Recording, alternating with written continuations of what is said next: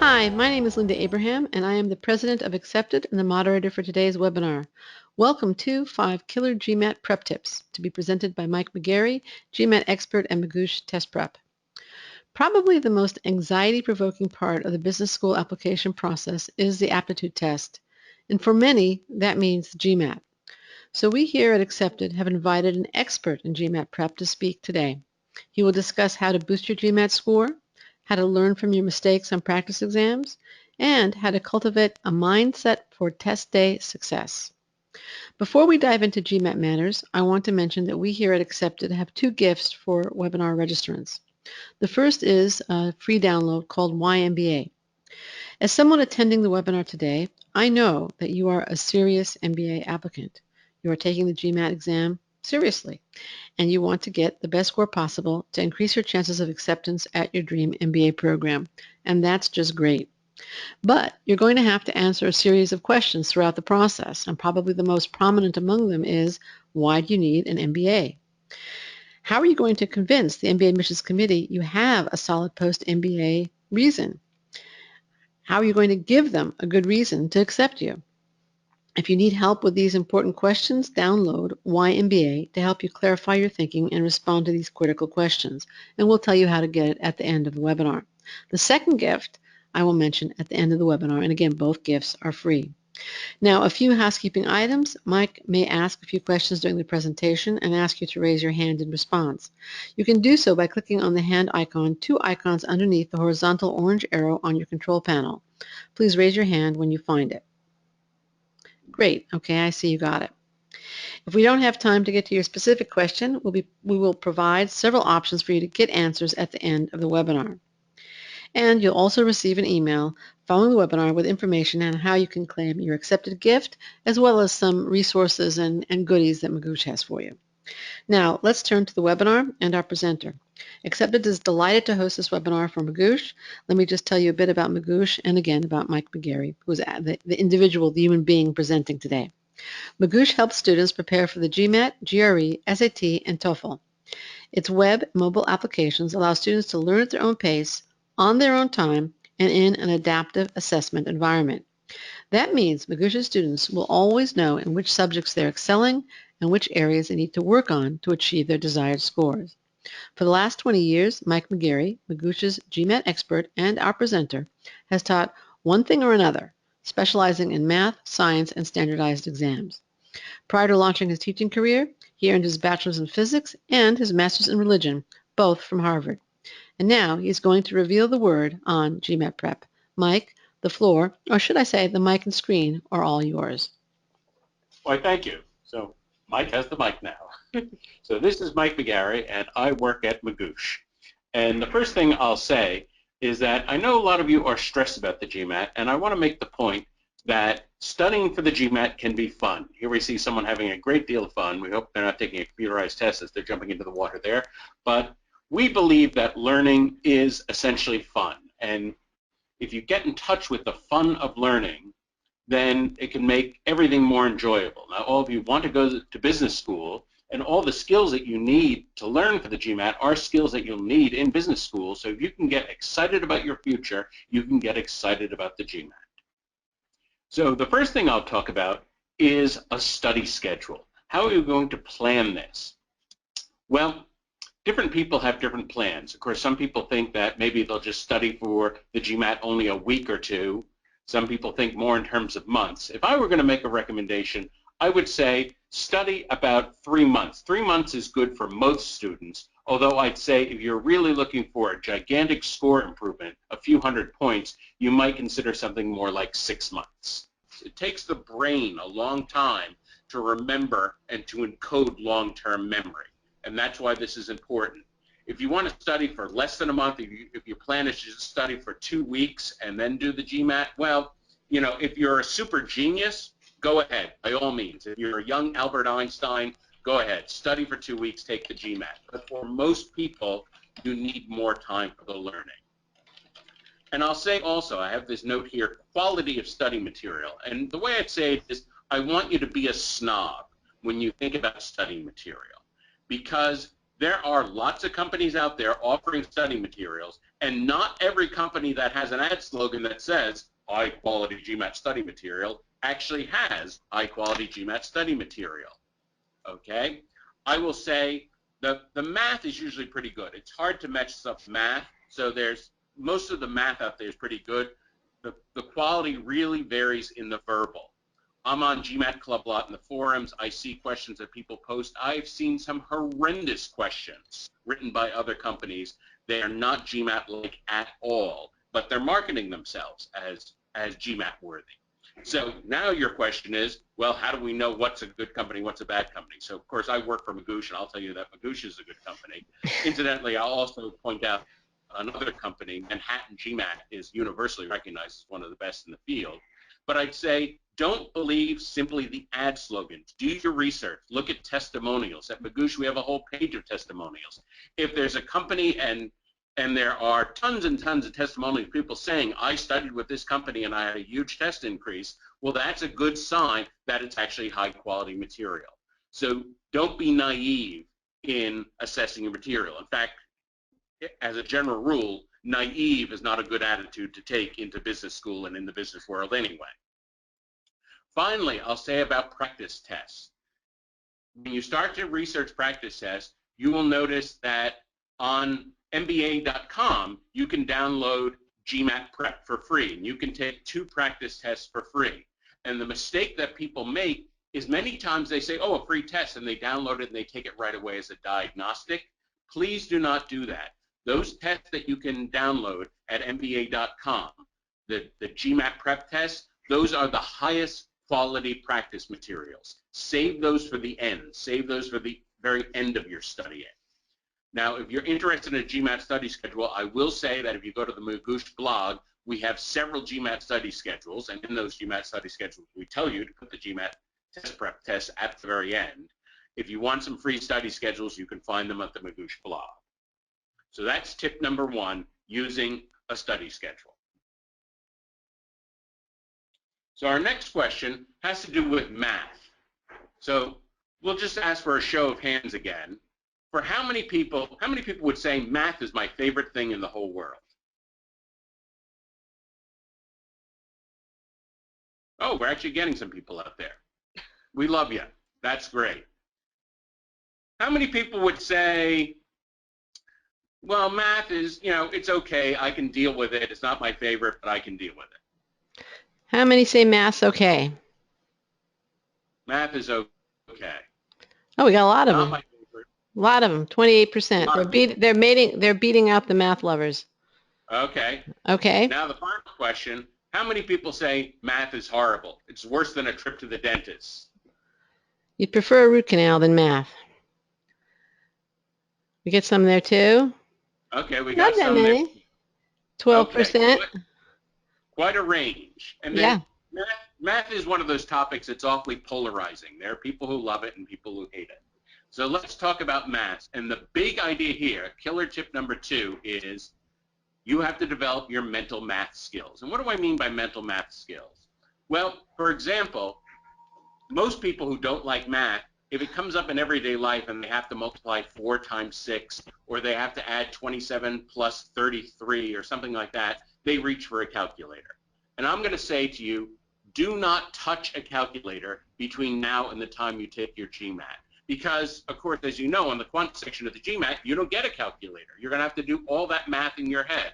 And, of course, it's not about advanced calculations, multiplying one 4-digit number times another 4-digit number. But in the course of taking that test, you will have to do some basic 1-digit multiplication. You will have to multiply things like 3 times 17 or 4 times 17, something like that. You'll have to add 2-digit numbers, and you should be comfortable doing that in your head. You have to understand this is a muscle, and you need to practice this muscle. It's a little bit like jogging. Now imagine someone loves jogging, they jog every day, and so if we ask them to jog, it's going to be perfectly fine. But imagine the person who hates jogging, they never jog, and if suddenly they have to jog, that's going to be really painful. It's the same way with math. and especially the people who don't like math so much, the problem is they tend to avoid math, they tend to stop doing math, and then it's that much more painful when they have to do it.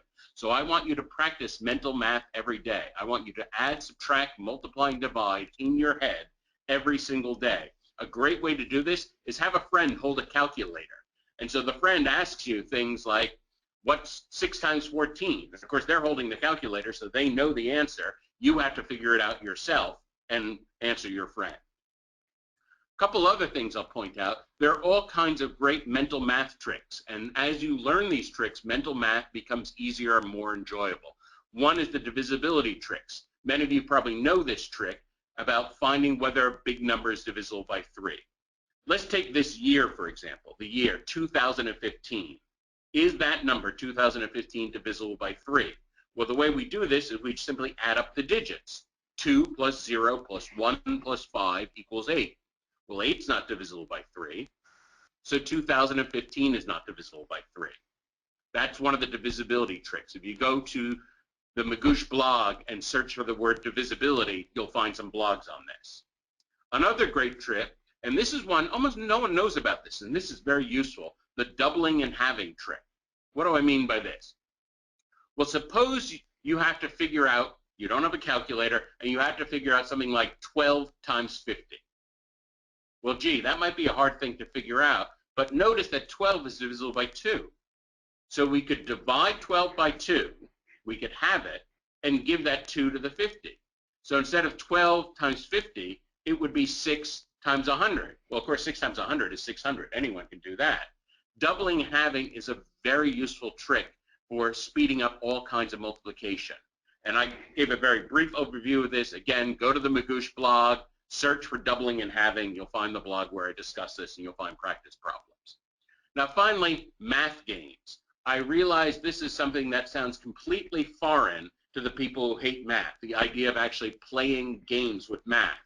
But again, the more you can play with math, the more you can have fun with it, the more enjoyable it will be. And here's one of my favorite little math games. So what you're going to do, you'll take dice, or you'll take, you can roll one die 4 times. You could also just pick 4 playing cards, and you get 4 numbers, a set of 4 numbers. Say you get 2, 2, 3, 5. Now your job is to take those 4 numbers, and you can use any combination of adding, subtracting, multiplying, dividing, powers, square roots, and you have to produce every number from 1 to 20. And so, for example, if I had 2, 2, 4, 5, what did I say, 2, 2, 3, 5? 2, 2, 3, 5, I might get 1 just by 2 over 2 to the power of 3 plus 5. That would be 1 to the 8, which would be 1. And so you could build all 20 numbers, all numbers from 1 to 20, doing that. And you could make it really funny. You do it with a group of friends. You can race and see which one gets the 21st, or how many different ones you can do for a certain number.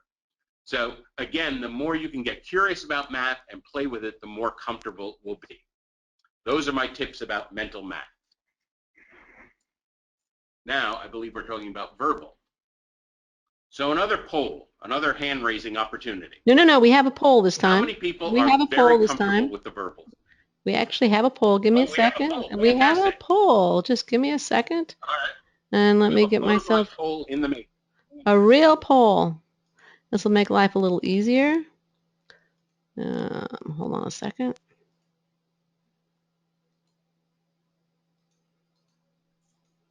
There we go. Should be on your screen.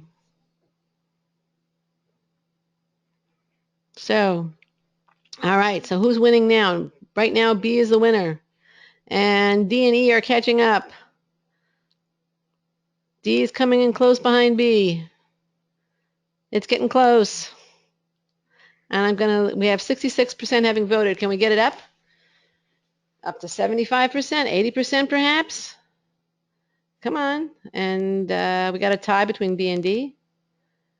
I'm going to close it. I'm going to count down. 5, 4, 3, 2, 1.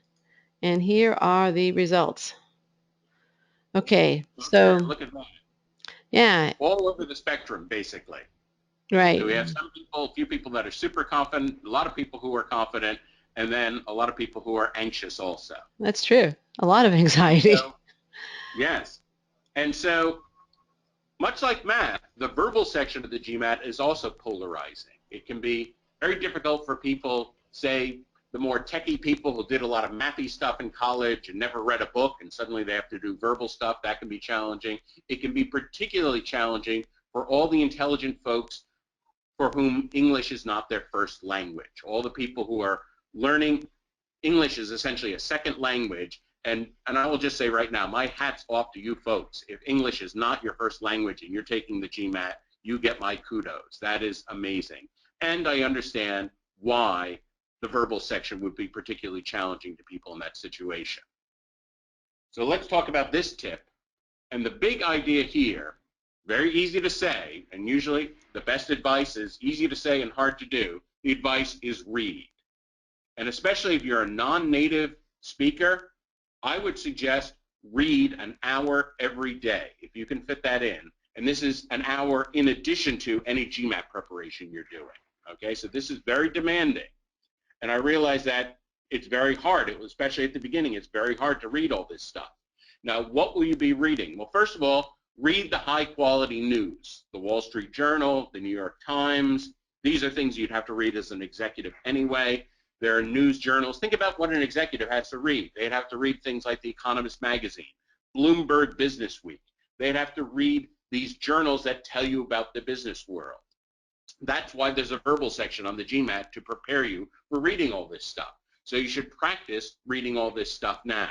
And if you want to really challenge yourself, read some more academic material also. Find a science textbook or a history textbook and read that also, because that's also stuff that the GMAT will test you on. Now, when you're reading, what question should you have in mind? Well, think about all the things that the GMAT is going to ask you. On the reading comp, they're going to ask you questions like, what's the main point? So always think about what's the main point of what I'm reading. What's the purpose of the paragraph? Why this paragraph? What's going on in this paragraph? What's going on in that paragraph? Why does the author mention this particular detail? The author's tone. All these things you should keep in mind. Now think about reading. Think about critical reasoning questions. Most things you read are going to involve an argument, especially if you're reading something in economics. Someone's going to be arguing for something or against something. Fundamentally, every advertisement is an argument. So think about what would strengthen the argument, what would weaken the argument, what are the assumptions, what evidence would you need to further evaluate the argument. Think about those critical reasoning questions. And of course, in all these well-written sources, pay attention to the sentences, pay attention to the grammar, to the use of clauses, the use of modifiers, to the idioms. You see, you can study grammar and learn all the rules, and that's valuable. You can memorize lists of rules, you can memorize lists of idioms, and that's all left brain. But really, to engage your right brain, your pattern matching brain, you need to read and develop an intuition for the language, what they call an ear for the language. You only get this by reading. That is my tip number 3.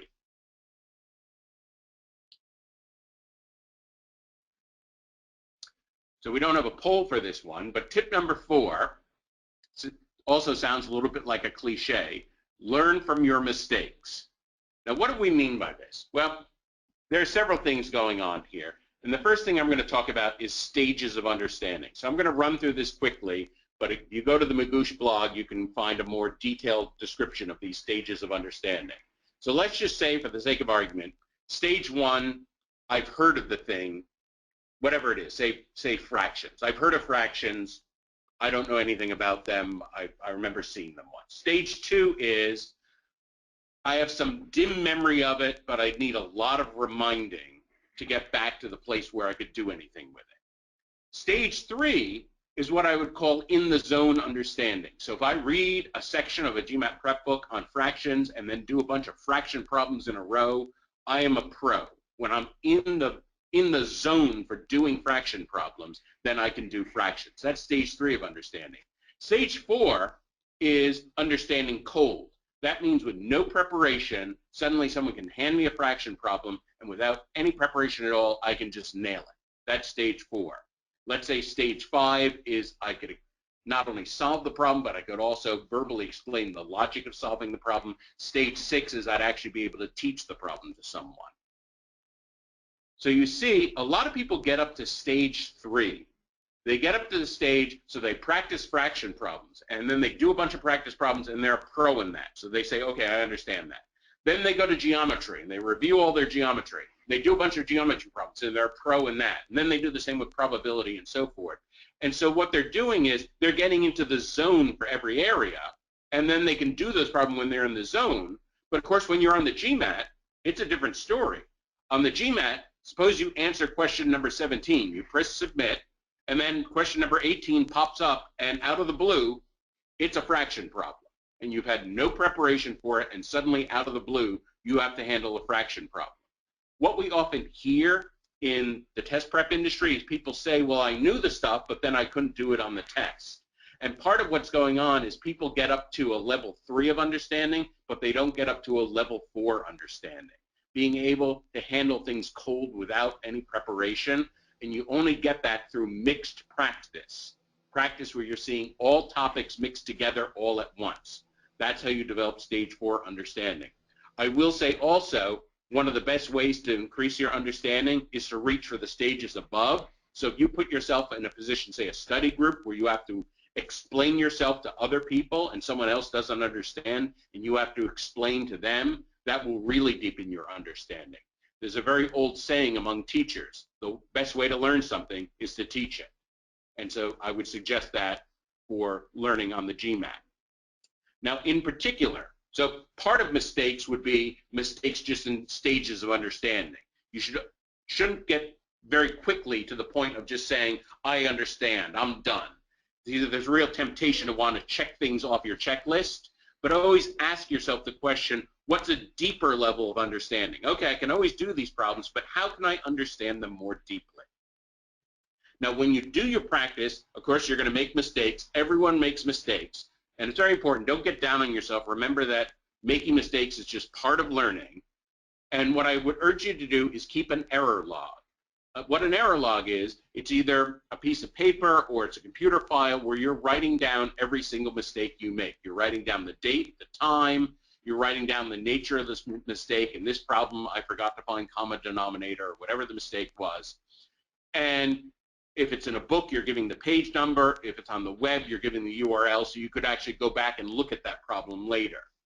So part of what's going on, believe it or not, even in the process of writing this down, you're learning, because when you force yourself to articulate it, when you force yourself to explain in words what your mistake is, you're drawing on a different part of your brain. You're drawing on the part of your brain that uses words, and so that creates connections in your brain, and that helps you to learn.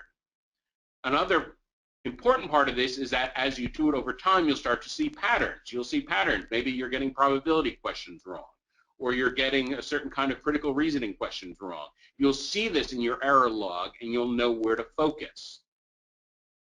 Now, one habit of mine of a truly excellent student is never to make the same mistake twice. This is a very high ideal. It's hard to live up to this ideal. But think about what you'd have to do if you were even striving toward that ideal. It means I get a problem wrong. Okay, it's not enough just to glance at the solution and say, okay, I got that. How much do I have to study those solutions so that I absolutely know I will never make that mistake again on any problem? Okay, that's a very high ideal. If you can bring that kind of attitude to every mistake you make, you will advance like wildfire. Now, finally, I will say, sometimes when you make a mistake, you can read the solutions. That resolves everything you know what you did wrong. Sometimes reading the solution is not enough. You actually have to ask questions. Now, if you're a Magoo Sh student, you can actually send in help tickets, and you can ask questions that way. Anyone can go to the free forums, GMAT Club and Beat the GMAT. I'm often on GMAT Club. You may find me there if you're on there, and you can ask questions there. There's a big difference between asking good questions and asking not very good questions. A not very good question would be something like, I don't get it, please help me. That's not a very good question, because it doesn't take much effort to ask that question. A good question is someone who says, okay, I got this problem wrong. Here's what I thought. Here's what I tried. I tried this because I thought that. They explain their whole thought process. And again, as you're explaining your thought process, you're building connections in your own brain. So even the process of asking a good question will lead you to a deeper understanding. and you'll help someone give you a much more focused answer. If someone says, I don't get it, well, as a text expert, I understand the problem myself, but I don't know what to say. I don't know what the missing piece is for them. So the more you help people help you, the faster you'll progress. That's tip number 4. Okay, do we have a poll question for this, We Linda? sure do. We sure do. I'm going to share it right now. It's a good one. How good are your stress management skills? Please click on the screen, indicate which one you identify with the most. I believe you see it, right? How good are your stress management skills?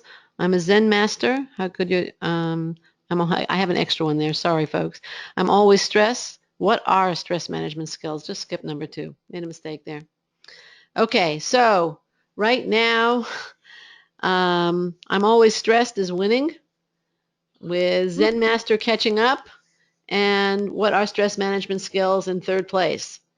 And we have 64% having voted. Can we get it up above 75%? Come on, folks. You're a great audience. I have some good questions. I've had some good comments. Let's see where we at. Oh, 73%, 75%. Anybody want to go for 80? I'm going to count down from 5, 5, 4, 3, 2, 1.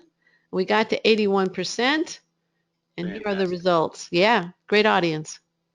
Wow, okay. Yeah, sorry about the error there. So typically, there are a lot of people who are stressed. I'm impressed by the 27% of the people out there who are Zen masters. Again, kudos to you. Mm-hmm. So in order to talk about this is tip number 5 about managing stress. The very first thing I'm going to say is the following. Now, this might sound a little bit odd, but I'm going to say, let's do a little bit of breathing. And so I'm going to ask you in a moment to take a deep breath. And by a deep breath, what I mean is your belly expands, your chest expands, your back expands, your shoulders actually move a little further apart because you have so much air, and it's a nice slow inhale and an even slower exhale. So take a couple nice deep breaths. Slow inhale, and then a nice long exhale. And another one. Slow inhale, nice long exhale. Notice how that feels throughout your body. Imagine if you were to breathe like that for an hour, how different you would feel. Imagine if you started every day breathing like that. You'd have a very different day. So what's going on there? Let's talk a little about the brain. I'm going to use a few biological terms. You don't need to remember these terms. But the human nervous system, it has the part that we control. We move our muscles and all that. But then it has the part that we don't control called the autonomic nervous system. The autonomic nervous system has 2 parts. The sympathetic nervous system is the system of stress. It's the fight or flight system, so it's very valuable if you're fighting a tiger or something like that. But it is the system of stress. And so what happens is it tightens up your muscles, it makes your breathing shallow, it sends cortisol throughout your system. So just for a moment, practice this. Tighten up your muscles, breathe shallow, and you'll notice it doesn't really feel good at all. So you can go back to the deep breathing. The other system, the parasympathetic nervous system, is sometimes called the relaxation response. That's what you turn on when you're breathing deeply. You turn on the relaxation response. And the value of the relaxation response is that it opens up awareness. It opens up your mental faculties. It actually makes you more intelligent. It makes you more creative and open to intuition. Stress makes you dumber. Stress shuts down higher thinking. And in fact, there are some people who say, I was doing it on practice tests, but then when I got to the real GMAT, I felt brain dead. What happens is high stress makes you feel brain dead. It shuts down all higher thinking. And so that's why it's very important to practice this. And just as you practice sentence correction, it would be a mistake not to practice sentence correction at all and just think, well, I'll walk into the exam and figure it out during the exam. No one would do that. But with the stress management skills, you can't think, well, I'm not going to practice it. I'll just figure it out when I walk into the exam. No, you need to practice every single day. Practice this breathing.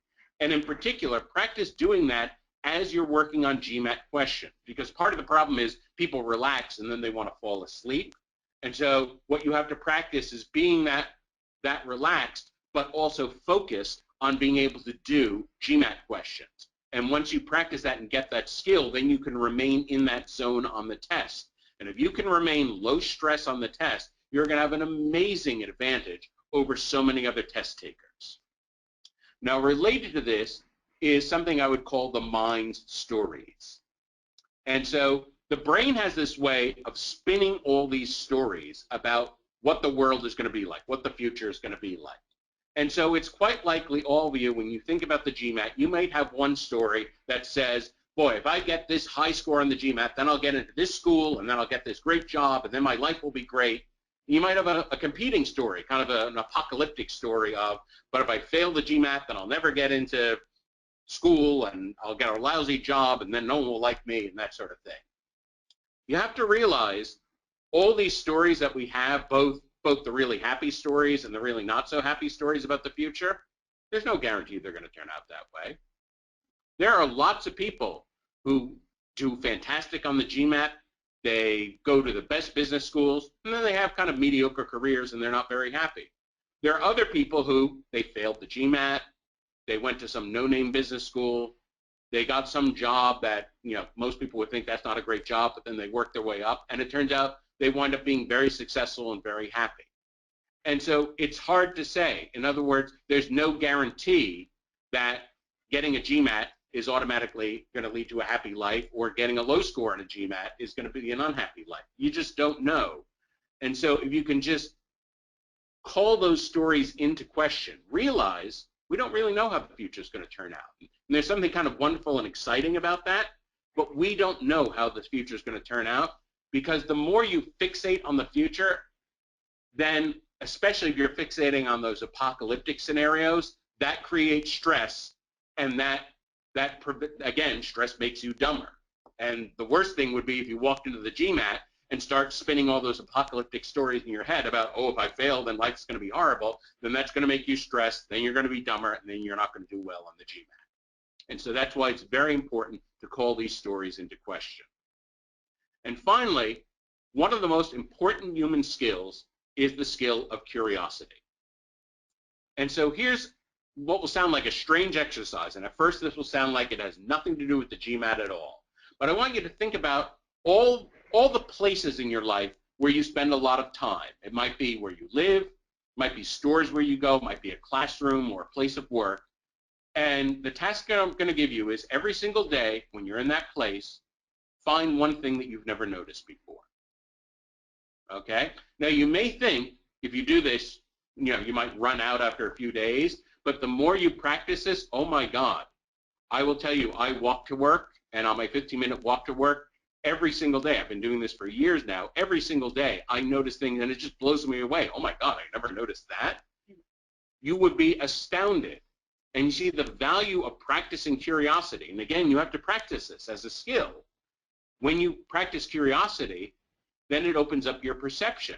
And of course, one big problem when people get to the GMAT is they glance over a question, they misread it, and then they get it wrong. And you probably have seen this in practice, where you do a question, you get it wrong, and then you go back and you realize, oh, I didn't notice that detail. Practicing curiosity is how you practice seeing small details. And that's why it's very important to practice throughout your life between now and the time you take the GMAT. Also, it's just kind of a cheerful thing, and it makes you happier also. So it's a good thing to practice. So that's tip number 5.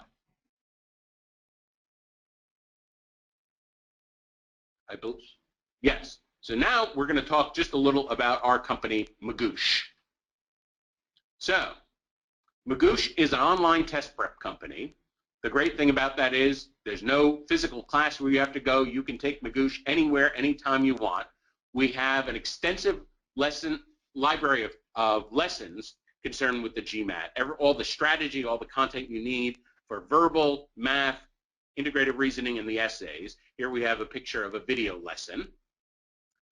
We also have over 1,000 practice questions, and the amazing thing is that each and every practice question comes with its own video explanation.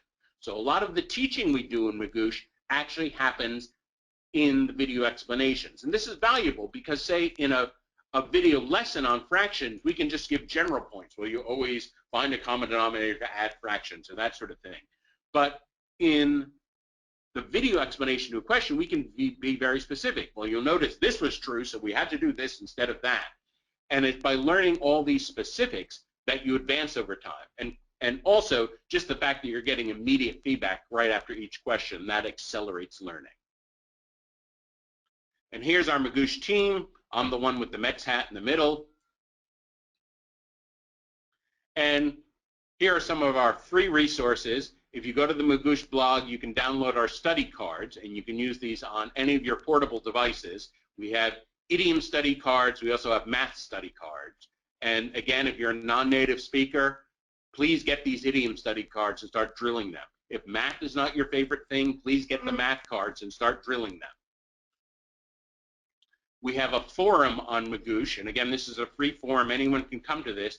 And we have solutions to questions, video solutions to questions in the official guide. I believe we currently have the solution to every problem in the older official guide, the 2013 official guide, and we have all of the ones that overlap with the 2016. They're already online, and there's a space where you can talk about all these questions on the forums. And then, of course, we have the blog, and you definitely should know about the blog. There is a ton on the blog that can help you.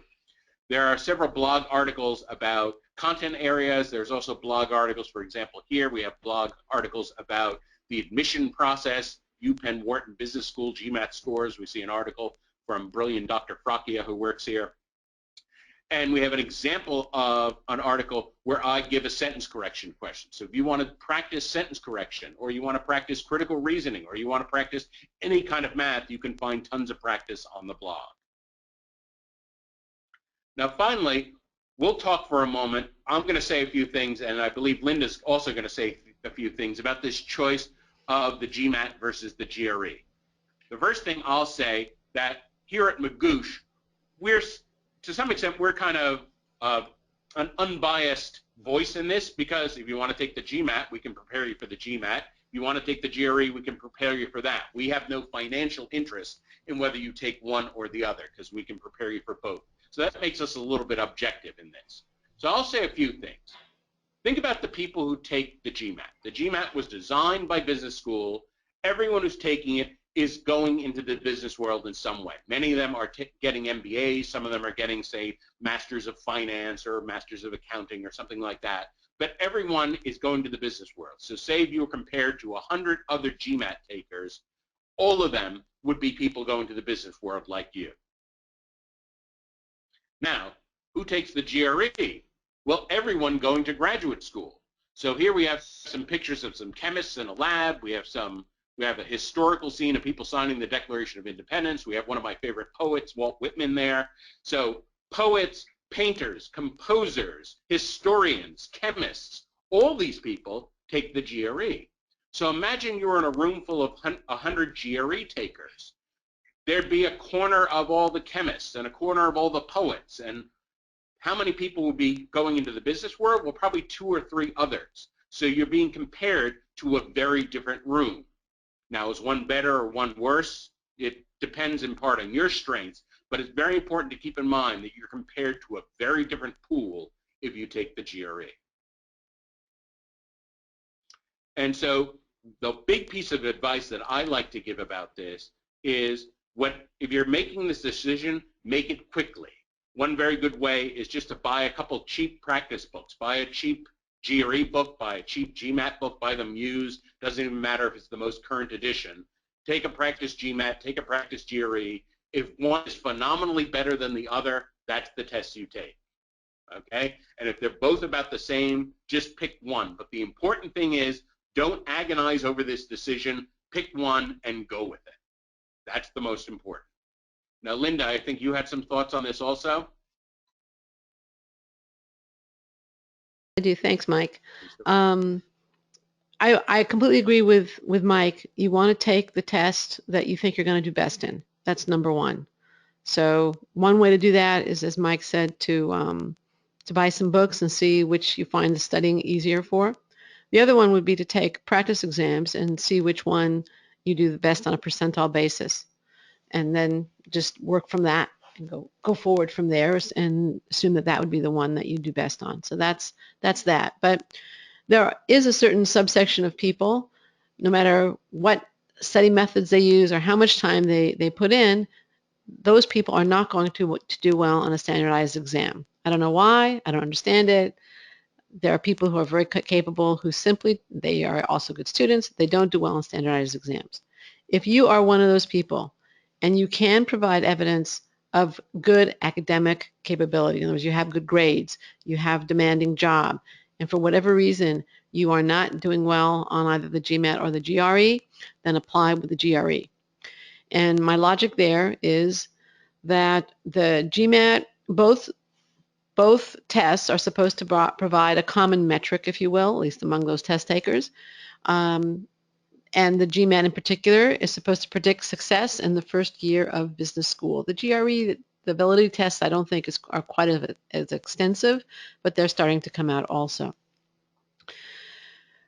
But I think the GMAT in particular has taken on an unofficial role, and not necessarily a healthy unofficial role. It's become a measure of student quality, and it's used by U.S. News, as you all know, but it's used by more groups than just the U.S. News. It's used by alumni in terms of validating their choice of school and the value of their degree. It's used by potential donors in terms of, well, how is the school doing? Should I give more money? Alumni in the same way. It's used by recruiters. How is the average GMAT? Should I really invest in recruiting at this school actively? And it's that unofficial role as a measure of student quality that I think makes it still easier for a school to look beyond the test score if that test score is a GRE, because the GRE at this point in time for business school does not play that kind of an unofficial role. So that's the only thing I really want to add. Yes, and I very much want to affirm what Linda said. And I also want to affirm, I know incredibly intelligent people who just have never tested well. Yeah. And so just because you don't do well on standardized tests, it does not mean that you're lacking intelligence. I know some brilliant people in that situation. Great. I mean, conversely, I have a sister who our grades were very similar, and I did okay on standardized tests. I don't remember the scores anymore. It was a long time ago. It wasn't a big deal, and at the time, the standard wisdom was that you don't prepare for them. This was, again, a very long time ago. My sister regularly got perfect scores. Similar grades, same home. She, preparation, maybe she got a book, maybe she didn't. She got perfect scores. It's just the way her mind works. I'm sure she did it just to spite you. Yeah, she was my younger sister, of course. Go ahead. Okay. So, Jessica, do you want to talk about this? Sure. So on this slide, we just have a number of resources that Mike has been referring to. So both the product page for the GMAT product and also our blog, where you can find tons and tons of great resources, free resources. And also for today, we have a special discount for all of you wonderful participants. You can copy this link into your web browser and access a special 5% off of our sale price for our GMAT product. I think it'll also be in the email, won't it?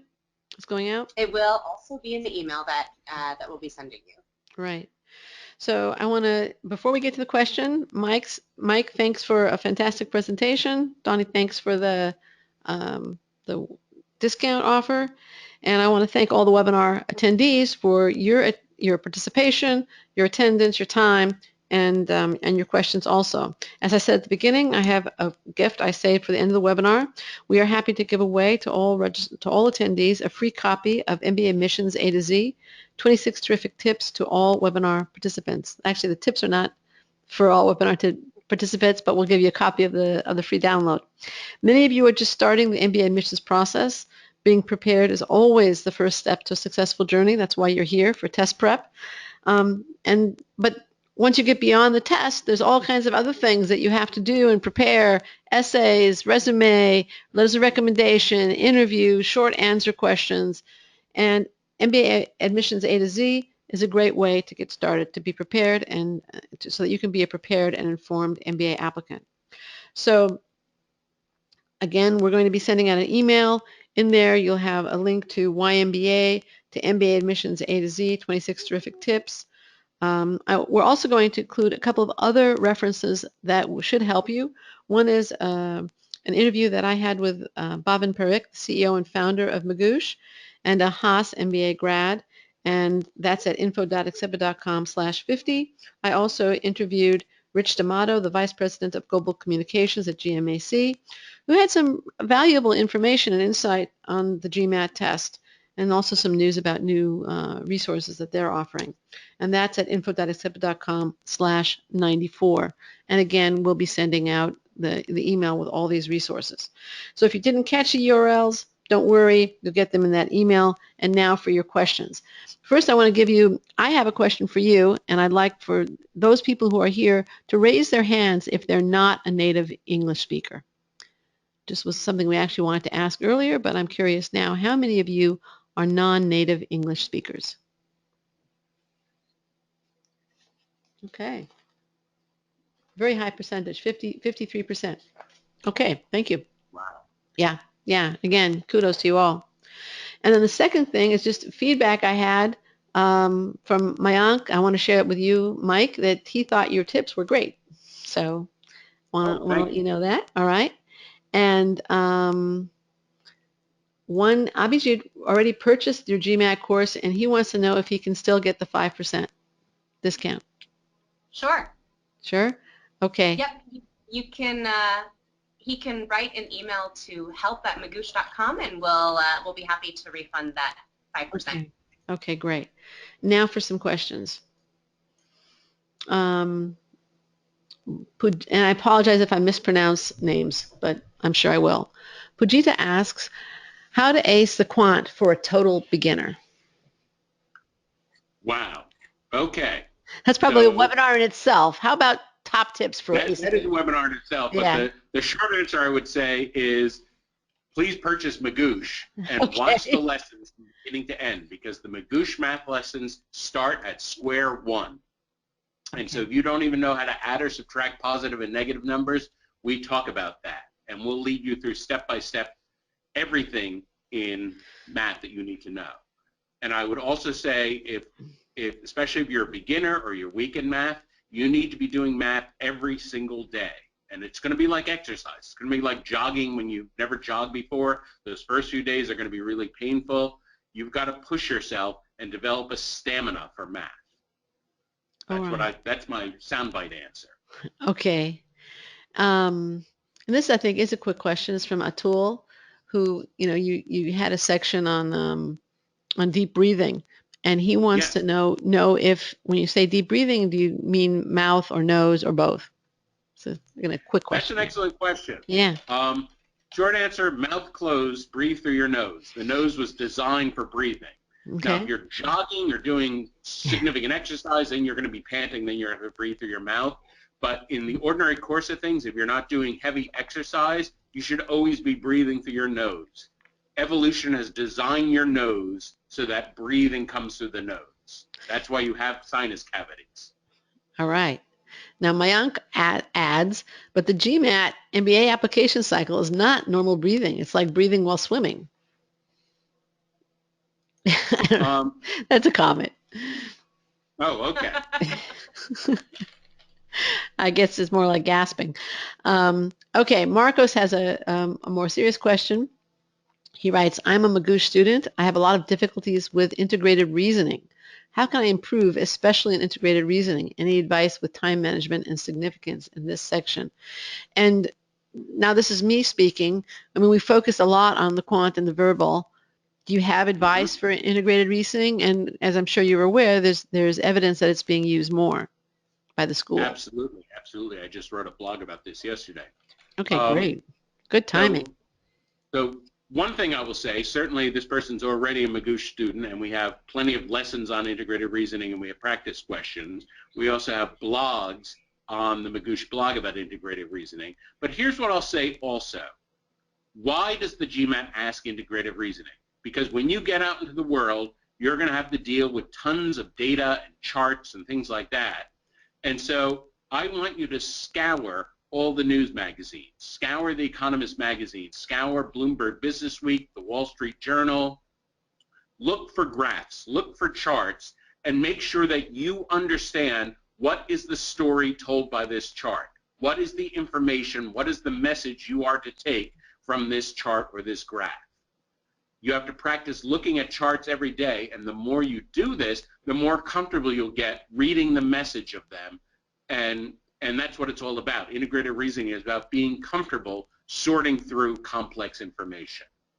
And so again, like math, like verbal, it takes a lot of practice, but the more you practice, the better you'll become at it. Okay, great. Now, Corrine asks, what about the GMAT software questions, the additional 494 questions? Are they easier or harder than the real test? And yeah, that's basically it. Do you know what she's talking about? The 400, are we talking about Exam Pack 1, or what? Are we talking about the questions from MBA.com, or are we talking about the online questions that come with the official guide? Which questions are we talking about? He just wrote the 494 questions. The additional one you purchase, just added. Okay. From MBA.com. I will say, I'll make a blanket statement. All official questions are good questions, and all of them are high quality, and all of them are about the same level of difficulty. Whether we're talking about questions in the official guide, whether we're talking about the free questions in GMAT Prep, or the additional questions that you buy, the additional exam pack and question packs that you can buy to enhance GMAT Prep, all of them are good questions, all of them are the same level of difficulty, and all of them are the best approximation for the difficulty on the GMAT. Okay. And then let's see, let me go back up here. Sorry, we have some sirens here. Yeah. Emergency. Okay. I hope nothing terrible. Marvin asks, will Magoosh's verbal course help non-native speakers in acing the verbal section of the GMAT? I am from India, and most prep companies here focus on the special needs of Indian students as far as the verbal section is concerned. Good question. Very good question. All I can say is that many of our customers come from other countries. Many of them are non-native speakers, and they use Magoo Sh, and they see a big increase. And so I say, just on the basis of the evidence, I would have to say yes. Do you know what percentage of your clients are non-native English speakers? Your customers? Just a rough estimate if you don't really know it. I know that our number two geography is India. And I believe that's about 20 to 30%. Wow. So we have many students from India, also students from all over the world, China, South America, Europe. And I would assume that a certain percentage of your students located in the United States are also non-native English speakers, just because that's how it is. Absolutely. Absolutely. Yeah. And incidentally, depending on where people are, if people are also studying for the TOEFL, Magoo Sh has a TOEFL product. And right. I believe at one time, Jessica, you can confirm this. At one time, if you bought Magoo Sh GMAT and Magoo Sh TOEFL, we gave you a discount on one or the other. Yeah. Yeah, so you can buy them as a package. Okay. If you're at the stage of still having to take your TOEFL. All right. I just want to let both of you know that you're getting a lot of thank yous for your responses here. So just passing that on. And then Abhijit has a question. The current GMAT exams are becoming more and more tough. In that case, getting more than 80%, the 80th percentile in quant is daunting, or in either one of them is daunting. Any suggestions for breaking the 80th percentile barrier? Wow. So the short answer here is it's not just going to be a step-by-step thing. If you want to achieve excellence, you have to ask yourself the question, how do I bring excellence to every stage of my studying? How can I implement all the habits of excellence? And we talked about some of these, reducing stress, learning from your mistakes. How can you integrate all those habits in a day-by-day way so that you're bringing the most excellence possible to each and every study session? So if you make excellence a habit, then you'll be able to bring it to the GMAT if it's something you really own. See, it's hard if you're being kind of sloppy or lazy in your practice and then you want to suddenly pull out excellence on the GMAT. It takes a lot of effort to maintain that high level of focus, and that's why many people can't do it, just because it takes the drive and the determination and the focus day after day. That's why it's hard to get into the top 10. Right. And that's why it is a top 10.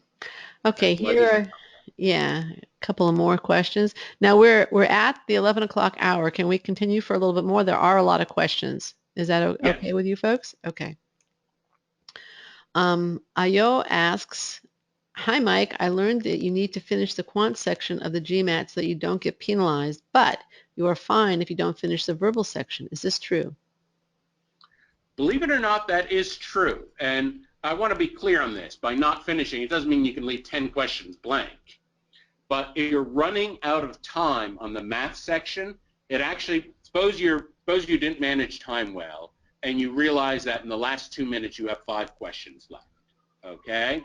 On the math section, it's better just to go through quickly, and even if you're guessing randomly, just to make sure that every question gets an answer. That's what's true on the math section. On the verbal section, it's very different. On the verbal section, it's much better just to spend that last 2 minutes focusing. Even if you only focus on one question, get that correct, and don't get to the others. It's not, there's no penalty, as it turns out, for not getting to those last couple questions on the verbal section. Okay. And this is based on very sophisticated research that they did at GMAT, the company that does the GMAT themselves. They have some of the world's best psychometricians, and they did this very sophisticated research, and this is what they found. All right. Now here's a question from Akshay. I'm not sure that it's going to be terribly easy to answer, but and I think and I have a follow-up question on it too. I've already been preparing for a few months, and my last mock-up score was 600, 36 on the quant, 36 on verbal. I need to take my test by the end of this month or the latest by the first week of November. Do you have any specific advice on how I could go about my prep from here? My target score is 720 to 740. Currently getting a 600. Wow. Yeah, So that's again, a tough one. That's a real that tough is a one. tough. And again, I'll say a score of 720 or 740, that is a score of excellence. So this is going to be very similar to the answer I gave earlier about developing the habits of excellence. So I'm going to say to this person, how much are you practicing learning from your mistake with every single mistake you make so that you're sure that you never make that mistake again? How much are you practicing keeping high focus, noticing all the details in the question? How much are you focused on levels of understanding, not just level 3 understanding if I can do it when I'm in the zone, but I understand these things cold. All of these are important perspectives that you need to bring. And if you go to the Magoo Sh blog and Google, search the word excellence on the Magoo Sh blog, you'll find some of the blogs where I talk a little more about the habits of excellence. So that would be the big suggestion I have, not so much, because there's really no step-by-step plan that you can follow to get a 740. If there were a step-by-step plan to get a 740, everyone would do it. It's about the attitude you bring, the drive, the focus. It's also about the individual. It's about the individual, exactly. Yeah.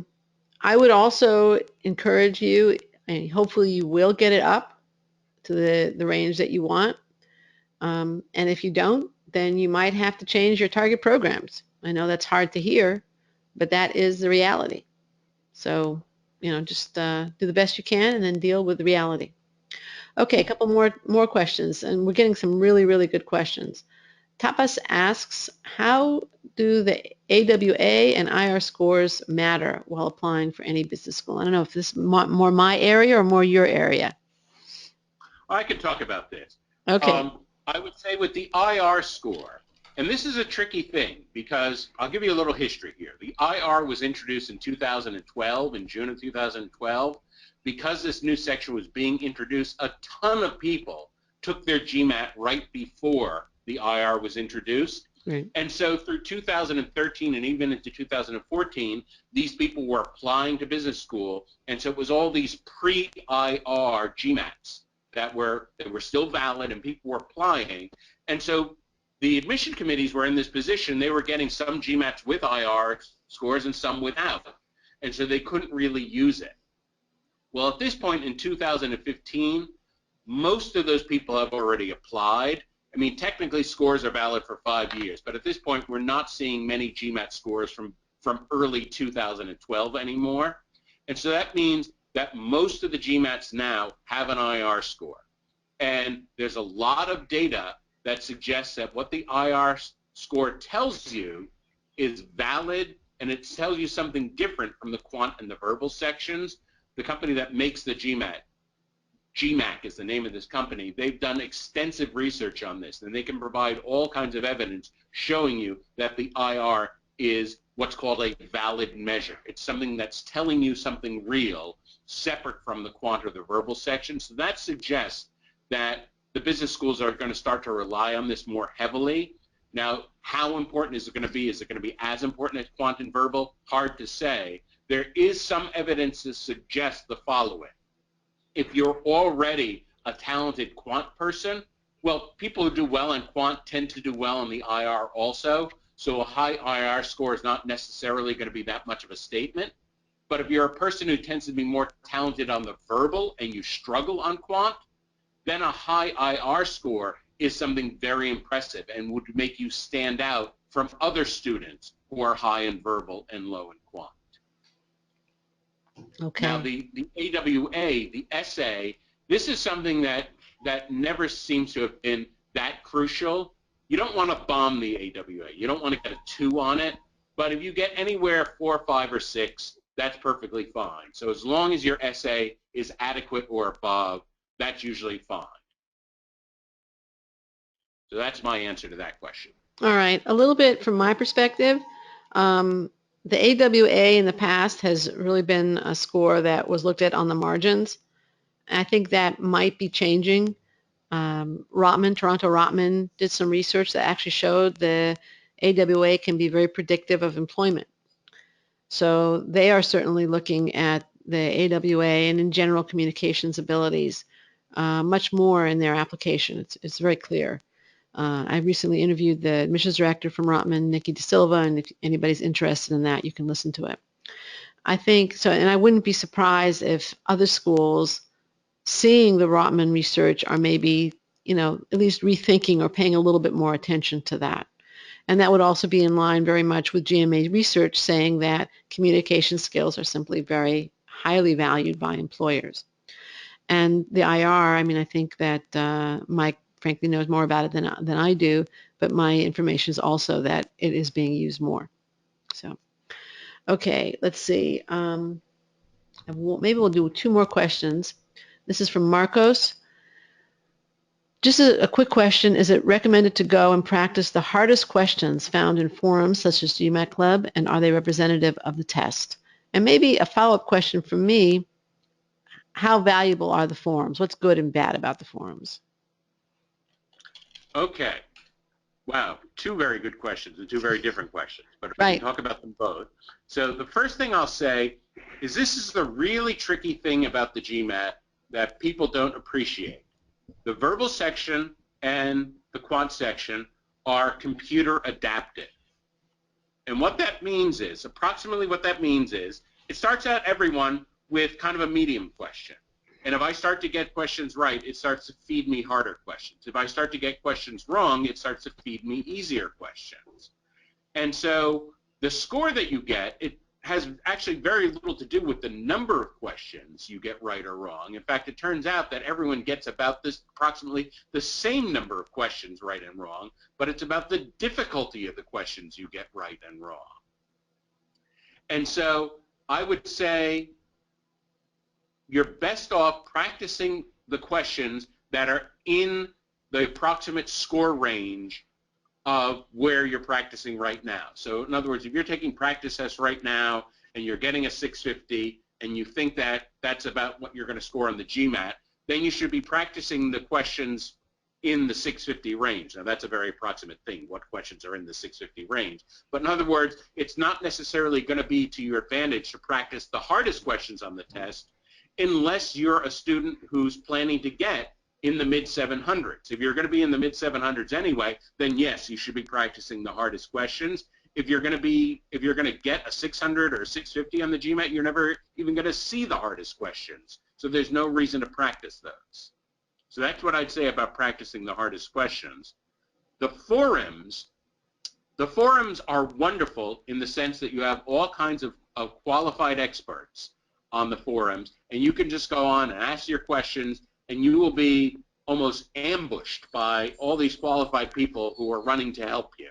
And so it's an amazing way to get this high quality help for free. The thing that's not so good about the forums is that it offers a ton of stuff for free. And you might be familiar with the kind of cynical phrase, free and worth every penny. There are some things out there that are free because nobody would pay a dime for them. And so there's high quality stuff that's available, but there's also very low quality stuff that's available. So again, this is going back to what I said earlier. You have to be a snob about the material and be very suspicious about a question if no source is posted. Okay? Sounds just like the internet. What I do, if someone asks me to comment on a question, no source is posted, I Google the question and try to figure out the source, because that will tell me a lot about the question quality. Right. Sounds like just like the internet. There's Yes. a lot of good stuff and a lot of really worthless stuff. Okay. Exactly. You know, I have a question, if you don't mind, at this point, and I want to first ask those who are here in our audience, how many of you have already taken the GMAT for real and weren't happy with your score? Please raise your hands.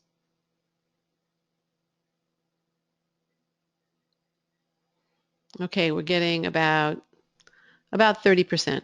All right, 30%. Thank you. What advice do you have for somebody in that situation? Wow. So there are a few things I'll say. The first thing I'll say is that if you join Magoo Sh actually has a score guarantee. So we guarantee if you've taken an official GMAT already, no matter what your score, if you do Magoo Sh and go through the whole Magoo Sh product, learn the lessons, answer the questions, we guarantee at least a 50-point increase. And it's money back if you don't get a 50-point increase. And it's very rare that we have to give people their money back, because most people, when they use Magoo Sh, they see an increase of much more than 50 points. Glad I asked the question. You should be glad I asked the question. Yeah. And in general, I would say, whatever you did last time to study, you have to improve on that. And so one way would be to study Magoo Sh. But you might find other ways to challenge yourself. You might read through all the Manhattan GMAT books or something like that. In other words, you're going to have to up the ante on what you're doing in your studying if you want it to turn out differently the next time. And so the thing that's convenient about Magoo Sh is that's all pre-packaged for you, but if you can figure out a way to challenge yourself at a whole new level, that's what you'd need to do. Okay, great. Point is that something has to change. Doing the same thing all over again will probably lead to very similar results. Same input, same output. Right. Okay, so we have a question here from Lihar, who writes, thanks for the webinar. Mostly I am good with critical reasoning, but I keep forgetting when I read the critical reasoning sentences. Hence, I end up rereading the questions, sometimes twice, and also the answers twice. This way I am late in answering the critical reasoning questions, though I get them right. So how do I train myself not to reread the questions? Wow. And again, remember when I was talking about practicing curiosity and practicing paying attention, and also the breathing will help you pay attention. This is, and it's a hard thing to give a soundbite for. Yeah. But when you're mindful, when you practice mindfulness, and this person might want to Google the word mindfulness and learn a little about it. When you're practicing mindfulness, you're bringing your whole attention to just one thing. Right now, I'm reading the critical reasoning question. That is the only thing I'm doing, and my full attention is on that. You have to practice. Practice this in every corner of your life. When you wash the dishes, when you walk to work, when you drive, don't multitask. Make sure that you're putting your whole attention on one thing. And you practice putting your whole attention on everything in your everyday life, that will make it easier to do on the GMAT. That's great. Great advice. I need to do that more in terms of mindfulness. Again, we are getting lots of thank yous. Lihar just responded, thank you. Tapas is thanking you. I just want to make sure, Akshaya, that was definitely helpful. but I think it is time to bring this to a close. So Mike, thanks again for a really informative GMAT webinar and the fantastic answers you've been giving. Thank you to the audience for your wonderful questions, your time, your attention. Now, if you have questions that aren't answered here, you can post them on our blog at info.accepted.com/GMAT, G-M-A-T. You should all know that. Okay, again, if you have questions that you would like either Mike or me or somebody from Magoosh or somebody from Accepted to address, please post them at info.accepted.com/GMAT. info.accepted.com/GMAT. Okay, let's move on. As you leave, please take a minute to complete our short survey. We really do value your feedback, and we definitely use it. You can review this webinar early next week online. We will send out an email letting you know when it's available. The email that will go out now and then will contain links to a Magoosh GMAT test prep discount as well as the accepted gifts I mentioned earlier. So keep your eyes peeled for those emails and don't let them go to your spam folder. And after you ace the GMAT, if you want help with your application, expert, experienced admissions consultant advising, whether it's for an MBA or any other kind of graduate degree, keep Accepted in mind. Explore our services. Check us out. We have tons of free resources in terms of blogs, webinars, podcasts, articles, you name it. It's free downloads, which I mentioned earlier. And of course, one-on-one advising and coaching editing. We'd be happy to help you with your application essays, your resume, interview prep, or just provide experienced advice. In the meantime, until you get ready for us, thank you again for coming. Thank you again, Mike, and best of luck with your GMAT. Thank you, Linda.